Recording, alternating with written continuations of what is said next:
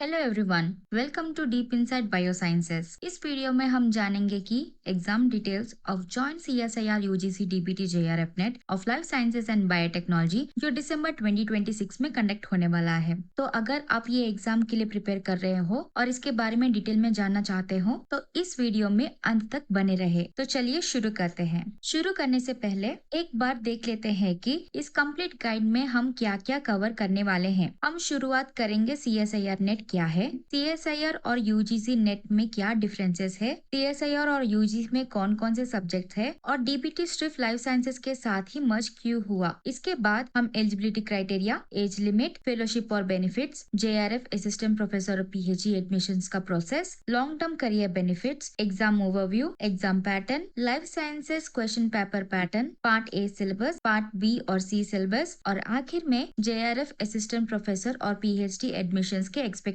Cut offs को detail में समझेंगे। सबसे पहले समझते हैं कि सीएसआईआर यूजीसी नेट एग्जामिनेशन क्या है। इस एग्जामिनेशन का उद्देश्य जूनियर रिसर्च फेलोशिप यानी जेआरएफ के लिए कैंडिडेट्स को सिलेक्ट करना, असिस्टेंट प्रोफेसर के लिए एलिजिबिलिटी डिटरमाइन करना, पीएचडी एडमिशंस के लिए क्वालिफाई करना और कैंडिडेट्स की scientific knowledge, analytical ability, conceptual understanding और रिसर्च एप्टीट्यूड को इवेल्युएट करना है। इस एग्जामिनेशन में 3 ऑर्गेनाइजेशन शामिल है। सीएसआईआर रिसर्च फेलोशिप प्रोवाइड और एडमिनिस्टर करता है, यूजीसी असिस्टेंट प्रोफेसर एलिजिबिलिटी और पीएचडी एडमिशंस को रिकॉग्नाइज करता है और एनटीए सीएसआईआर की तरफ से एग्जामिनेशन को कंडक्ट करता है। सीएसआई और यूजीसी नेट और यूजीसी नेट दोनों ही एनटीए द्वारा कंडक्ट किए जाने वाले नेशनल एलिजिबिलिटी टेस्ट है, लेकिन इनका पर्पस और एकेडमिक फील्ड अलग है। अगर हम सीएसआईआर यूजीसी नेट और यूजीसी नेट का डिटेल कंपैरिजन देखें, सीएसआईआर यूजीसी नेट को council of scientific and industrial research university grants commission national eligibility test कहते हैं। ये एग्जाम सीएसआईआर के बदले में एनटीए कंडक्ट करता है। इसका पर्पस ये है कि ये साइंस सब्जेक्ट्स में आने वाले जेआरएफ, असिस्टेंट प्रोफेसर और पीएचडी करने के लिए एलिजिबिलिटी देता है। इसके अंदर 5 सब्जेक्ट्स होते हैं। इसका एग्जाम पैटर्न में 3 पार्ट्स है, पार्ट ए, बी और सी, और वो ज्यादातर सब्जेक्ट स्पेसिफिक पैटर्न पूछता है। Question type generally part A में जनरल एप्टीट्यूड आता है, पार्ट बी में सब्जेक्ट एमसीक्यूज आते हैं और पार्ट सी में एंटिकल क्वेश्चंस आते हैं। इसका primary focus scientific concepts, analytical thinking और रिसर्च एप्टीट्यूड में है। वही यूजीसी नेट देखे तो यूजीसी नेट को university grants commission national eligibility test कहते हैं। ये एग्जाम यूजीसी के तरफ से एनटीए कंडक्ट करता है। इसका पर्पस ये है कि humanities, social science, commerce, computer science, education और कई तरह के सब्जेक्ट्स में junior research fellowship, assistant professor और पीएचडी का एलिजिबिलिटी देता है। इसमें हम 85 से भी ज्यादा सब्जेक्ट्स देते हैं। इसके एग्जाम पैटर्न में 2 पेपर्स होते हैं, एक है पेपर 1 और एक है पेपर 2। इसके ज्यादातर question types teaching, research aptitude और सब्जेक्ट स्पेसिफिक एमसीक्यूज आते हैं। इसका primary focus teaching aptitude, research aptitude और सब्जेक्ट नॉलेज में है। अब देखते हैं सीएसआईआर यूजीसी नेट और यूजीसी नेट में कितने सब्जेक्ट्स होते हैं। सीएसआईआर यूजीसी नेट में सिर्फ 5 डिसिप्लिन्स है। वो है chemical sciences, earth, atmospheric, ocean and planetary sciences, life sciences, mathematical sciences और फिजिकल साइंसेस। दिसंबर 2026 से बायोटेक्नोलॉजी भी लाइफ साइंसेस में जुड़ जाएगा। वही यूजीसी नेट में 85 से अधिक सब्जेक्ट्स होते हैं, जिसमें commerce, English, Hindi, economics, political science, sociology, psychology, computer science, education, law, environmental science, management, library science, geography, history, public administration और मास कम्युनिकेशन जैसे सब्जेक्ट्स देखने के लिए मिलेगा। डीबीटी बेट को सिर्फ सीएसआईआर लाइफ साइंसेज के साथ ही मर्ज क्यों किया गया और किसी दूसरे सब्जेक्ट के साथ क्यों नहीं? सबसे बड़ा रीजन ये था कि दोनों एग्जामिनेशन लगभग सेम बायोलॉजिकल डोमेन को टेस्ट कर रहे थे। मर्जर से पहले सीएसआईआर नेट लाइफ साइंसेज में molecular biology, cell biology, genetics, biochemistry, immunology, physiology, ecology, evolution, microbiology और बायो इन्फॉर्मेटिक्स शामिल थे। वही डीबीटी बेट में molecular biology, cell biology, genetics, biochemistry, microbiology, immunology, plant biotechnology, animal biotechnology, industrial biotechnology, bioinformatics जैसे subjects शामिल थे। इसीलिए दोनों एग्जाम के बीच बहुत बड़ा ओवरलैप था और इसी वजह से इनके मर्जर एक लॉजिकल डिसीजन था। मर्जर का दूसरा बड़ा रीजन ये है कि बायोटेक्नोलॉजी एक इंडिपेंडेंट बेसिक साइंस नहीं है। ये असल में लाइफ साइंसेज की एप्लीकेशन है, जैसे जेनेटिक इंजीनियरिंग जेनेटिक्स और मॉलिक्यूलर बायोलॉजी पर बेस्ड है। Recombinant DNA technology molecular biology से जुड़ा है। वैक्सीन डेवलपमेंट इम्यूनोलॉजी पर बेस्ड है। फर्मेंटेशन टेक्नोलॉजी माइक्रोबायोलॉजी पर निर्भर है। प्रोटीन इंजीनियरिंग बायोकेमिस्ट्री पर बेस्ड है और क्रिस्पर मॉलिक्यूलर बायोलॉजी और जेनेटिक्स पर आधारित है। इसीलिए बायोटेक्नोलॉजी बायोलॉजिकल साइंस की फाउंडेशन पर बनी हुई है और ये बायोटेक्नोलॉजी अलग से कोई इंडिपेंडेंट फाउंडेशन डिसिप्लिन नहीं है।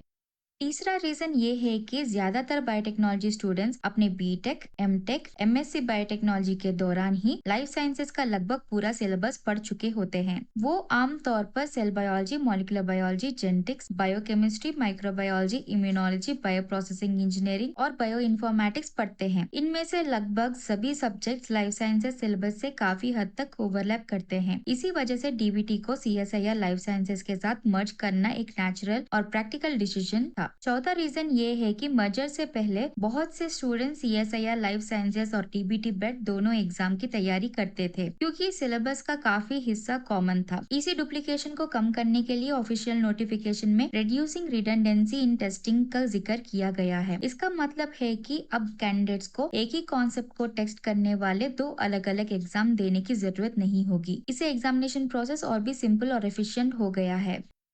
पांचवा रीजन ये है कि आज की मॉडर्न बायोलॉजी बहुत ही इंटरडिसिप्लिनरी बन चुकी है। आज का बायोलॉजिकल रिसर्च अलग अलग सब्जेक्ट्स को कंबाइन करके किया जाता है, जैसे मॉलिक्यूलर बायोलॉजी के साथ आर्टिफिशियल इंटेलिजेंस, जेनेटिक्स के साथ बायोटेक्नोलॉजी, सेल बायोलॉजी के साथ बायो इंजीनियरिंग, इम्यूनोलॉजी के साथ कॉम्पिटेशनल बायोलॉजी और बायोकेमिस्ट्री के साथ सिंथेटिक बायोलॉजी। इसलिए बायोटेक्नोलॉजी को अलग एग्जाम के रूप में रखने के बजाय यूनिफाइड एग्जाम मॉडर्न रिसर्च की इसी इंटरडिसिप्लिनरी अप्रोच को रिफ्लेक्ट करता है, जहाँ सभी फील्ड्स मिलकर काम करती है।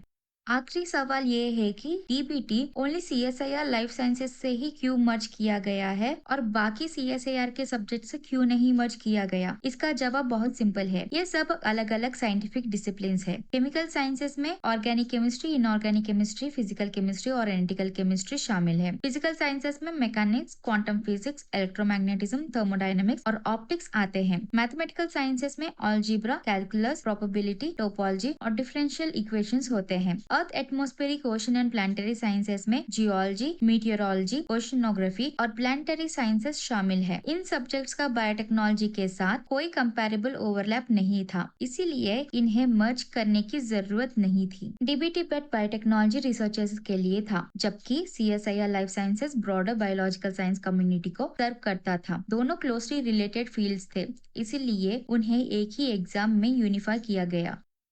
अब बात करते हैं एलिजिबिलिटी क्राइटेरिया की। Joint CSIR, UGC, DBT, JRF NET life sciences और बायोटेक्नोलॉजी के लिए कैंडिडेट्स लाइफ साइंसेज, बायोटेक्नोलॉजी या एलाइड डिसिप्लिन से होने चाहिए। एलिजिबल बैकग्राउंड्स में biotechnology, life sciences, biochemistry, biomedical sciences, bioinformatics, microbiology, genetics, geology, computational biology, chemistry relevant to biological specialisation, botany, biophysics, other allied areas of biology और life sciences, any other allied discipline related to science field के students शामिल है। एक simple rule याद रखिए, अगर आपकी degree में बायोलॉजिकल या लाइफ साइंसेस कंपोनेंट अच्छा खासा है तो आप इस एग्जामिनेशन के लिए मोस्ट लाइकली एलिजिबल है। अब देखते हैं एजुकेशनल क्वालिफिकेशन और मिनिमम मार्क्स रिक्वायरमेंट की। सबसे कॉमन एलिजिबिलिटी एक रिकॉग्नाइज्ड यूनिवर्सिटी से मास्टर्स डिग्री या उसके इक्विवेलेंट पोस्ट ग्रेजुएट डिग्री है। इसमें MSc, MTech, ME, M pharma, MESc और अन्य इक्विवेलेंट पोस्ट ग्रेजुएट डिग्री शामिल है। मिनिमम मार्क्स के लिए जनरल और ईडब्ल्यूएस कैंडिडेट्स को बिना राउंडिंग ऑफ के कम से कम 55% एग्रीगेट मार्क्स चाहिए। OBC, NCL, SC, ST, PWD, PWBD और थर्ड जेंडर कैंडिडेट्स के लिए मिनिमम 50% एग्रीगेट मार्क्स बिना राउंडिंग ऑफ के रिक्वायर्ड है। फाइनल ईयर मास्टर स्टूडेंट्स भी इस एग्जाम के लिए अप्लाई कर सकते हैं। अगर आप मास्टर्स के फाइनल ईयर में हैं, फाइनल सेमेस्टर एग्जाम दे रहे हैं या रिजल्ट के इंतजार कर रहे हैं, तो भी आप एलिजिबल है, लेकिन आपका एडमिशन प्रोविजनल रहेगा और आपको रिक्वायर्ड परसेंटेज के साथ अपनी मास्टर्स डिग्री कंप्लीट करनी होगी। अगर आप जेआरएफ क्वालिफाई करते हैं तो डिग्री को 2 साल के अंदर कंप्लीट करनी होगी। अगर आप सिर्फ पीएचडी कैटेगरी में क्वालिफाई करते हैं तो 1 साल के अंदर डिग्री कंप्लीट करनी होगी, वरना आपकी क्वालिफिकेशन कैंसिल हो जाएगी। यूजीसी पीएचडी रेगुलेशन 2022 के तहत एक नया एलिजिबिलिटी ऑप्शन भी दिया गया है। अगर आपके पास 4 ईयर बैचलर डिग्री यानी 8 सेमेस्टर की डिग्री है तो आप भी एलिजिबल है। जनरल कैटेगरी कैंडिडेट्स के लिए मिनिमम 75% एग्रीगेट मार्क्स या इक्विवेलेंट ग्रेड जरूरी है। SC ST OBC NCL PWD EWS और यूजीसी द्वारा नोटिफाइड अन्य रिजर्व्ड कैटेगरीज को 5% की रिलैक्सेशन मिलती है। इसका मतलब रिजर्व्ड कैटेगरी कैंडिडेट्स के लिए मिनिमम 70% मार्क्स या इक्विवेलेंट ग्रेड रिक्वायर्ड है। 4 ईयर बैचलर प्रोग्राम के फाइनल स्टूडेंट्स भी इस एग्जाम के लिए अप्लाई कर सकते हैं। अगर आप भी लास्ट सेमेस्टर या फाइनल ईयर में हैं, तो आप एप्लीकेशन दे सकते हैं, लेकिन आपका एडमिशन प्रोविजनल रहेगा और रिजल्ट आने के बाद प्रिस्क्राइब टाइम के अंदर डिग्री की सभी रिक्वायर्ड कंडीशंस पूरी करनी होगी, तभी आपकी एलिजिबिलिटी वैलिड रहेगी। यहाँ एक बहुत इंपॉर्टेंट रिस्ट्रिक्शन है। जो कैंडिडेट सिर्फ 4th ईयर बैचलर डिग्री के बेसिस पर अप्लाई करते हैं, वो सिर्फ जूनियर रिसर्च फेलोशिप यानी JRF और PhD एडमिशन के लिए एलिजिबल है, लेकिन इस रूट से असिस्टेंट प्रोफेसर के लिए एलिजिबल नहीं है। ये ruled must join CSIR UGC DBT JRF net की ऑफिशियल एलिजिबिलिटी क्लैरिफिकेशन के अनुसार है। अब बात करते हैं एज लिमिट और एज रिलैक्सेशन की। JRF के लिए मैक्सिमम एज लिमिट 30 इयर्स है, लेकिन असिस्टेंट प्रोफेसर और PhD एडमिशन के लिए कोई अपर एज लिमिट नहीं है। JRF के लिए SC ST OBC NCL PWD PWBD third gender candidates और वुमेन को मैक्सिमम 5 इयर्स की एज रिलैक्सेशन मिलती है। एलिजिबल रिसर्च एक्सपीरियंस और आर्म फोर्सेस सर्विसेज के लिए भी 5 इयर्स तक की रिलैक्सेशन दी जाती है, लेकिन ध्यान रहे टोटल एज रिलैक्सेशन किसी भी कंडीशन में 5 साल से ज्यादा नहीं हो सकती और DBT बेट और CSIR नेट के मर्जर के बाद भी एज लिमिट में कोई बदलाव नहीं हुआ है। वही रूल्स मस्ट एग्जामिनेशन पर भी लागू होते हैं। अब फेलोशिप कैटेगरीज को समझते हैं। Join CSIR UGC DBT JRF net life sciences और बायोटेक्नोलॉजी एग्जाम में फेलोशिप सिर्फ कैटेगरी 1 यानी JRF क्वालिफाई करने वाले कैंडिडेट्स को दी जाती है। कैटेगरी 2 या कैटेगरी 3 में क्वालिफाई करने वाले कैंडिडेट्स को कोई फेलोशिप नहीं मिलती। इसीलिए याद रखिए सिर्फ कैटेगरी 1 कैंडिडेट्स ही JRF या SRF फेलोशिप और HRA बेनिफिट्स के लिए एलिजिबल होते हैं। तीनों क्वालिफिकेशन कैटेगरीज का डिफरेंसेस समझते हैं। कैटेगरी 1 यानी JRF candidates JRF assistant professor eligibility PhD admission और JRF या SRF फेलोशिप के लिए एलिजिबल होते हैं। Category 2 candidates assistant professor eligibility और PhD एडमिशन के लिए एलिजिबल होते हैं, लेकिन उन्हें कोई फेलोशिप नहीं मिलती। कैटेगरी 3 कैंडिडेट्स सिर्फ PhD एडमिशन के लिए एलिजिबल होते हैं और उन्हें भी फेलोशिप नहीं मिलती। इसीलिए याद रखिए फाइनेंशियल फेलोशिप सपोर्ट सिर्फ कैटेगरी 1 कैंडिडेट्स को मिलता है। अब कैटेगरी 1 कैंडिडेट्स के फेलोशिप बेनिफिट्स देखते हैं। पहले 2 साल तक हर महीने 37,000 स्टाइपेंड मिलता है। इसके साथ रिसर्च एक्सपेंसेस के लिए हर साल 20,000 का एनुअल कंटिजेंसी ग्रांट भी दिया जाता है। 2 साल पूरे होने के बाद अगर आप PhD में रजिस्टर्ड हैं और एक्सपर्ट असेसमेंट कमेटी आपकी रिसर्च प्रोग्रेस को सेटिस्फैक्टरी पाती है, तो आपकी फेलोशिप SRF में अपग्रेड हो जाता है। इसके बाद तीसरे से 5वें साल तक महीने में 42,000 स्टाइपेंड मिलता है। फेलोशिप की मैक्सिमम ड्यूरेशन 5 साल होती है। अब SRF अपग्रेडेशन प्रोसेस को समझते हैं। इसका फैसला एक 3 मेंबर एक्सपर्ट कमेटी करती है, जिसमें आपके research guide, head of the department और एक एक्सटर्नल एक्सपर्ट होते हैं। SRF अपग्रेडेशन आपकी सेटिस्फैक्टरी रिसर्च परफॉर्मेंस और PhD रजिस्ट्रेशन पर डिपेंड करता है। अगर कमेटी अपग्रेड रिकमेंड नहीं करती या रिसर्च प्रोग्रेस सेटिस्फैक्टरी नहीं होती या आप PhD में रजिस्टर नहीं होते, तो आप तीसरे साल JRF रूप में कंटिन्यू कर सकते हैं या फेलोशिप टर्मिनेट भी हो सकता है। फाइनल डिसीजन हमेशा CSIR का होता है।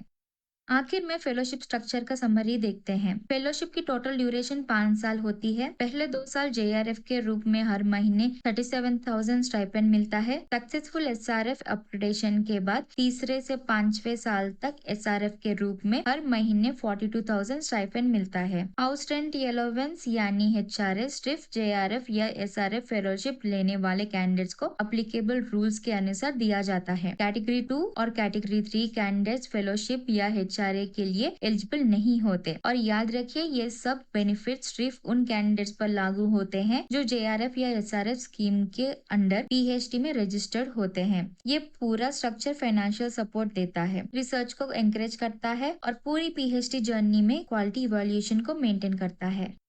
अब एग्जाम क्वालिफाई करने के बाद के 3 करियर पाथवे को समझते हैं। पहला है JRF पाथ। नेट क्वालिफाई करके कैटेगरी 1 हासिल कीजिए, फिर किसी रिकॉग्नाइज्ड यूनिवर्सिटी या इंस्टीट्यूट में PhD एडमिशंस के लिए अप्लाई करके रजिस्ट्रेशन कीजिए। इसके बाद पहले 2 साल 37,000 हर महीने स्टाइपेंड और हर साल 20,000 कंटिजेंसी ग्रांट मिलता है। 2 साल बाद अगर रिसर्च प्रोग्रेस सेटिस्फैक्ट्री होती है तो फेलोशिप SRF में अपग्रेड हो जाता है और तीसरे से 5वें साल तक 42,000 हर महीने स्टाइपेंड मिलता है। दूसरा है असिस्टेंट प्रोफेसर पाथ। कैटेगरी 1 या कैटेगरी 2 के साथ नेट क्वालिफाई कीजिए, असिस्टेंट प्रोफेसर वैकेंसी के लिए अप्लाई कीजिए, एलिजिबिलिटी के आधार पर शॉर्ट लिस्ट होइए, इंटरव्यू या टीचिंग डेमो दीजिए और सिलेक्शन के बाद असिस्टेंट प्रोफेसर के रूप में ज्वाइन कीजिए। तीसरा है PhD admission path. Category 1, category 2 या कैटेगरी 3 क्वालिफाई करने वाले कैंडिडेट्स रिकॉग्नाइज्ड यूनिवर्सिटीज में PhD एडमिशंस के लिए अप्लाई कर सकते हैं। यूनिवर्सिटीज के रूल के अनुसार एंट्रेंस टेस्ट या इंटरव्यू कंप्लीट करके PhD प्रोग्राम में रजिस्टर कर सकते हैं और रिसर्च शुरू कर सकते हैं। एक ही नेट क्वालिफिकेशन आपके लिए 3 करियर पाथवे खोलता है: JRF, असिस्टेंट प्रोफेसर और PhD admission. Join CSIR UGC DBT JRF net qualify करने से बहुत सारे लॉन्ग टर्म बेनिफिट्स मिलते हैं। पहला, कैटेगरी और कैटेगरी 2 कैंडिडेट्स को असिस्टेंट प्रोफेसर के लिए लाइफ टाइम एलिजिबिलिटी मिलता है, जिसका कोई एक्सपायरी नहीं होता। दूसरा, कैटेगरी 1 कैंडिडेट्स को PhD के दौरान 37,000 हर महीने JRF स्टाइपेंड मिलता है। SRF अपग्रेड के बाद 42,000 हर महीने स्टाइपेंड मिलता है। अप्लीकेबल HRA और एनुअल कंटिजेंसी ग्रांट मिलता है। तीसरा, टॉप PhD प्रोग्राम में एडमिशन के चांसेस बढ़ जाते हैं। चौथा, असिस्टेंट प्रोफेसर से लेकर associate professor, professor, dean, head of department और वाइस चांसलर तक एकेडमिक करियर के लिए स्ट्रॉन्ग फाउंडेशन बनता है। पांचवा, पब्लिकेशंस, कॉन्फ्रेंसेस, पेटेंट्स, कोलैबोरेशंस और स्पेशलाइजेशंस के जरिए रिसर्च अपॉर्चुनिटीज बढ़ते हैं। छठा, CSIR, DBT, ICMR, ICAR, DRDO, IISERs, IISc, central universities और अन्य नेशनल रिसर्च इंस्टीट्यूट में अप्लाई करने का मौका मिलता है। सातवां, आपका academic profile research projects, post doctoral position और फेलोशिप्स के लिए और मजबूत होता है। आठवां, ये हायर एकेडमिक पोजीशंस और रिसर्च लीडरशिप का गेटवे है। नौवां, टीचिंग के अलावा industry research, biotech, pharma, government research project, scientific writing, research administration, innovation और टेक्नोलॉजी ट्रांसफर जैसे करियर अपॉर्चुनिटीज भी खुलते हैं। और 10वां, CSIR नेट क्वालिफाई करने के बाद भारत की सबसे प्रेस्टिजियस रिसर्च एलिजिबिलिटी क्वालिफिकेशन में से एक माना जाता है। इन शॉर्ट, CSIR नेट आपके एकेडमिक और रिसर्च करियर के लिए अनेक नए अवसर खोलता है। अब इस joint CSIR UGC DBT JRF net examination का एक क्विक ओवरव्यू देखते हैं। लाइफ साइंसेज और बायोटेक्नोलॉजी के लिए पहला मस्ट एग्जामिनेशन दिसंबर 2026 से शुरू होगा। ये एग्जाम कंप्यूटर बेस्ड टेस्ट है, यानी CBT मोड में कंडक्ट किया जाएगा। इसका आयोजन council of scientific and industrial research CSIR और डिपार्टमेंट ऑफ बायोटेक्नोलॉजी DBT मिलकर करेंगे। ऑफिशियल शेड्यूल के अनुसार इस एग्जाम के साल में 2 बार, आमतौर पर जून या दिसंबर में होने की संभावना है। इस एग्जामिनेशन का मुख्य उद्देश्य junior research fellowship, assistant professor eligibility और PhD एडमिशन एलिजिबिलिटी प्रदान करना है, जो कैंडिडेट की क्वालिफिकेशन कैटेगरी पर निर्भर करेगा। कुल मिलाकर ये यूनिफाइड एग्जामिनेशन लाइफ साइंसेज और बायोटेक्नोलॉजी स्टूडेंट के लिए एक सिंगल नेशनल एलिजिबिलिटी प्लेटफॉर्म प्रदान करता है। अब joint CSIR UGC DBT JRF net के एग्जामिनेशन पैटर्न को समझते हैं। ऑफिशियल क्लैरिफिकेशन के अनुसार मर्जर के बाद भी एग्जाम पैटर्न में कोई बदलाव नहीं किया गया है। एग्जाम 200 मार्क्स का होगा, जिसका ड्यूरेशन 3 आवर्स यानी 180 मिनट्स होगी और ये कंप्यूटर बेस्ड CBT मोड में कंडक्ट किया जाएगा। क्वेश्चन पेपर 3 पार्ट्स में डिवाइड होगा। पार्ट ए में general aptitude, reasoning, quantitative aptitude, graphs and data interpretation से प्रश्न होंगे। पार्ट बी सब्जेक्ट नॉलेज पर आधारित मॉडरेट डिफिकल्टी के क्वेश्चन से बना होगा। पार्ट सी में एंटिकल और application based high difficulty question होंगे, जो आपकी कॉन्सेप्चुअल अंडरस्टैंडिंग को इवेल्युएट करेगा। इसके साथ ही नेगेटिव मार्किंग भी पहले की तरह CSIR नेट पैटर्न के अनुसार कंटिन्यू रहेगी। इसीलिए जो कैंडिडेट्स पहले से ही CSIR नेट लाइफ साइंसेज की तैयारी कर रहे हैं, उन्हें अपनी प्रिपरेशन स्ट्रैटेजी में किसी बदलाव की जरूरत नहीं है। अब तक लाइफ साइंसेस एग्जामिनेशन के डिटेल क्वेश्चन पेपर पैटर्न को समझते हैं। इस पैटर्न में कुल 140 क्वेश्चंस होते हैं जो 200 मार्क्स के होते हैं, लेकिन कैंडिडेट्स को सिर्फ 75 क्वेश्चंस अटेम्प्ट करने होते हैं। पार्ट ए में 20 जनरल एप्टीट्यूड क्वेश्चंस होते हैं, जिनमें से 15 क्वेश्चंस अटेम्प्ट करने होते हैं। हर सही उत्तर के लिए 2 मार्क्स मिलते हैं और हर गलत उत्तर पर 0.5 मार्क्स की नेगेटिव मार्किंग होती है। पार्ट बी में 50 सब्जेक्ट बेस्ड क्वेश्चंस होते हैं, जिनमें से 35 क्वेश्चंस अटेम्प्ट करने होते हैं। हर सही उत्तर के लिए 2 मार्क्स और हर गलत उत्तर पर 0.5 मार्क्स की डिडक्शन होती है। पार्ट सी में 75 एंटिकल और application based high difficulty questions होते हैं, लेकिन इनमें से सिर्फ 25 क्वेश्चंस अटेम्प्ट करने होते हैं। हर सही उत्तर के लिए 4 मार्क्स और हर गलत उत्तर पर 1 मार्क की नेगेटिव मार्किंग होती है। इसीलिए इस एग्जामिनेशन में सफलता सिर्फ सब्जेक्ट नॉलेज पर ही नहीं, बल्कि सही क्वेश्चन चुनने और अननेसेसरी नेगेटिव मार्किंग से बचने पर भी निर्भर करता है।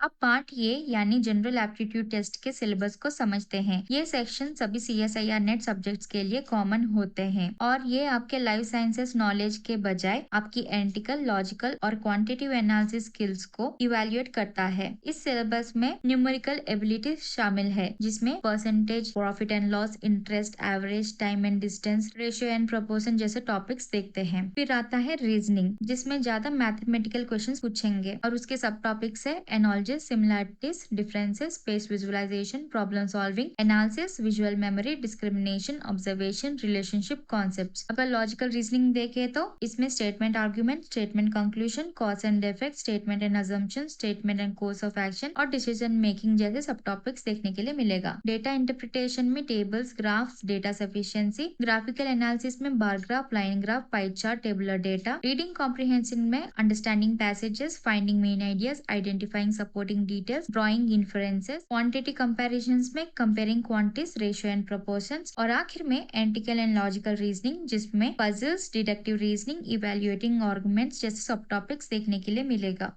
अब हम पार्ट बी और पार्ट सी के सिलेबस को समझते हैं। ये दोनों सेक्शंस लाइफ साइंसेस और बायोटेक्नोलॉजी के कोर सब्जेक्ट्स को कवर करते हैं। रिवाइज सिलेबस में कुल 14 मेजर सब्जेक्ट शामिल है, जो इस एग्जामिनेशन की बुनियाद है। इनमें biomolecules, cellular organisation, fundamental process, cell communication and cell signalling, developmental biology, plant physiology और एनिमल फिजियोलॉजी शामिल है। इसके अलावा genetics, evolution, ecology and behaviour, bioinformatics and computational biology, biochemical engineering and industrial biotechnology, advances in technology और methods in biology भी syllabus का हिस्सा है। पार्ट बी में मुख्यतः कॉन्सेप्चुअल अंडरस्टैंडिंग पर आधारित क्वेश्चंस पूछे जाते हैं, जबकि part C analytical thinking, concept application और प्रॉब्लम सॉल्विंग एबिलिटी को इवैल्यूएट करता है। इसीलिए एग्जामिनेशन में अच्छा स्कोर प्राप्त करने के लिए इन सभी 14 यूनिट्स की मजबूत तैयारी बहुत जरूरी है। चलिए डीबीटी मर्जर से पहले के official CSIR UGC net life sciences cut off यानी दिसंबर 2025 एग्जाम के कट ऑफ्स देखते हैं। कैटेगरी 1 यानी जूनियर रिसर्च फेलोशिप के लिए अनरिजर्व्ड कैटेगरी का ऑफिशियल कट ऑफ है 54%, EWS का 44%, OBC नॉन क्रीमी लेयर के लिए 44.25%, SC के लिए 36%, ST के लिए 34.25%, PW के लिए 25% था। अगर कैटेगरी 2 असिस्टेंट प्रोफेसर को देखें, अनरिजर्व्ड कैटेगरी के लिए 48.6%, EWS के लिए 39.6%, OBC NCL के लिए 39.825%, SC के लिए 32.4%, ST के लिए 30.8%, PW के लिए 25% था। और आखिर में कैटेगरी 3 PhD एडमिशंस देखेंगे तो अनरिजर्व्ड के लिए 39%, EWS और OBC NCL के लिए 33%, SC ST और PW के लिए 25% था। ये ऑफिशियल कट ऑफ्स हमें मर्जर के बाद कंपटीशन में होने वाले संभावित बदलाव को समझने के लिए एक महत्वपूर्ण रेफरेंस प्रदान करते हैं। अब ऑफिशियल CSIR नेट दिसंबर 2025 कट ऑफ नए कैटेगरी 1, कैटेगरी 2 और कैटेगरी 3 क्वालिफिकेशन सिस्टम और CSIR DBT मर्ज के बाद भरने वाले कंपटीशन को ध्यान में रखते हुए एक्सपेक्टेड कट ऑफ रेंजेस देखते हैं। ध्यान रखिए, ये ऑफिशियल कट ऑफ नहीं है, बल्कि सिर्फ प्रेडिक्शंस है। एक्चुअल कट ऑफ एग्जाम की डिफिकल्टी, कैंडिडेट्स की संख्या, नॉर्मलाइजेशन प्रोसेस और अवेलेबल फेलोशिप्स पर निर्भर करेगा। कैटेगरी 1 यानी JRF के लिए जनरल कैटेगरी के कैंडिडेट्स को लगभग 145 से 155 या उसके अधिक स्कोर का टारगेट रखना चाहिए। ईडब्ल्यूएस का 140 to 150 plus, OBC non creamy layer के लिए 136 to 145 प्लस, एससी के लिए 122 to 132 प्लस, एसटी के लिए 115 to 128 प्लस, पीडब्ल्यू के लिए 95 to 110 प्लस। अगर हम एक्सपेक्टेड असिस्टेंट प्रोफेसर कैटेगरी 2 का कट ऑफ देखें तो जनरल के लिए 132 to 142 प्लस, ईडब्ल्यूएस के लिए 128 to 138 plus, OBC non creamy layer के लिए 124 to 135 प्लस, एससी के लिए 110 to 122, एसटी के लिए 105 to 118, पीडब्ल्यू के लिए 88 to 100। और आखिर में पीएचडी एडमिशंस जनरल के लिए 120 to 130 प्लस, ईडब्ल्यूएस के लिए 116 to 126, OBC non creamy layer के लिए 112 to 123 प्लस, एससी के लिए 98 to 110, एसटी के लिए 94 to 106 और पीडब्ल्यू के लिए 80 to 92। अगर हम स्कोर इंटरप्रिटेशन देखें इन डिटेल आउट ऑफ 200, अगर आप 155 प्लस स्कोर कर रहे हैं तो आपका चांस ऑफ जेआरएफ बहुत स्ट्रॉन्ग हो जाएगा। अगर आपका स्कोरिंग 145 to 155 के बीच में आ रहा है तो स्ट्रॉन्ग जेआरएफ चांसेस बनते हैं। 135 to 145 स्कोर कर रहे हो तो आपका जेआरएफ बॉर्डर लाइन में होगा और आपका असिस्टेंट प्रोफेसर बनने की चांसेस बहुत स्ट्रॉन्ग हो जाएंगी। 122 to 135 स्कोर कर रहे हो तो आपको स्ट्रॉन्ग असिस्टेंट प्रोफेसर और गुड पीएचडी चांसेस मिलेंगे। 105 to 120 स्कोर कर रहे हो तो गुड पीएचडी एडमिशन चांसेस बनेंगे और बिलो 100 स्कोर कर रहे हो तो डिपेंड करेगा एक्चुअल कट ऑफ के बाद कौन से कैटेगरी में आप भर्ती होंगे। इस वीडियो को अंत तक देखने के लिए आपका धन्यवाद। ये वीडियो आपको इंग्लिश और तेलुगु दोनों भाषाओं में भी मिल जाएगा। अगर आप उस लैंग्वेज में कंफर्टेबल हो तो वो वीडियो भी आप चेकआउट कर सकते हैं। अगर आपको कोई भी डाउट्स है या फिर इस एग्जामिनेशन के संबंधित किसी भी टॉपिक पर डिटेल वीडियो देखना चाहते हैं तो नीचे कमेंट करके जरूर बताइए। मैं उस टॉपिक पर वीडियो बनाने की पूरी कोशिश करूंगी। अगर ये वीडियो आपको पसंद आया हो तो लाइक करें, शेयर करें और डीप इनसाइड बायोसाइंसेस चैनल को सब्सक्राइब करना बिल्कुल ना भूले। मिलते हैं अगले वीडियो में, तब तक stay focus, stay consistent because success is in your DNA. Thank you.